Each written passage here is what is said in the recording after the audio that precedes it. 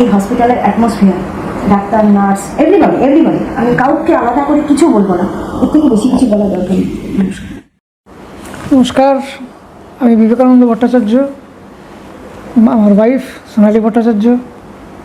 Actually আমার পায়ে একটা ছোট্ট ফুসকুড়ির মতন হয়, দিয়ে একটা ভুল ট্রিটমেন্টের ফলে এটা বাড়তে থাকে এবং পরবর্তীকালে এটা একটা গ্যাংগ্রিনের পজিশন নিয়ে নেয়।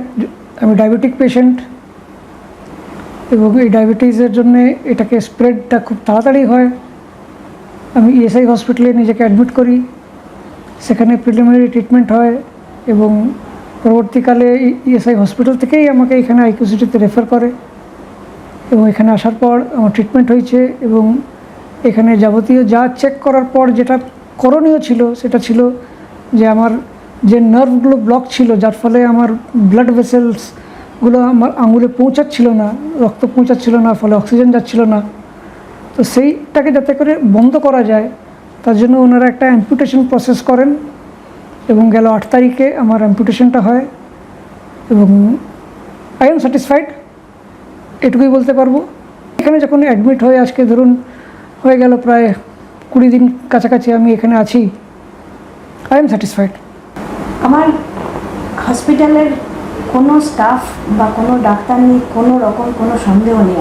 আমি বাস্তবিকই একটু ভয়েই ছিলাম যখন আমার হাজব্যান্ডকে এখানে করেছিল, অ্যাডমিট করা হয়েছিল, কিন্তু যখন দেখলাম, প্রথমে আমি অ্যাডমিট হলো সিটিভিএসে ডক্টর শুভজিৎ শর্মা, খুব ভালো লোক এবং এত ভালো ডাক্তার যে পেশেন্টকে আমি ওনার কথাতে, ওনার ট্রিটমেন্ট, ওষুধের দ্বারা কতটা ভালো হয়েছে আমি বলতে পারবো না, কিন্তু ওনার যে বিহেভিয়ার, ওনাদের যে অ্যাটাচমেন্ট পেশেন্টের সঙ্গে, তাতে পেশেন্ট আমার অনেক বেশি রিলিফ পেয়েছে।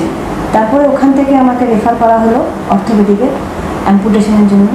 Orthopaedic unit 1 doctor Partha Saha এবং তার যারা সহযোদ্ধা আছেন তাদেরকে আমি কুর্নিশ জানাই যে আমি আমার হাজব্যান্ডকে আজকে আমি সুস্থ সবল দেহে বাড়ি ফিরিয়ে নিয়ে যাচ্ছি।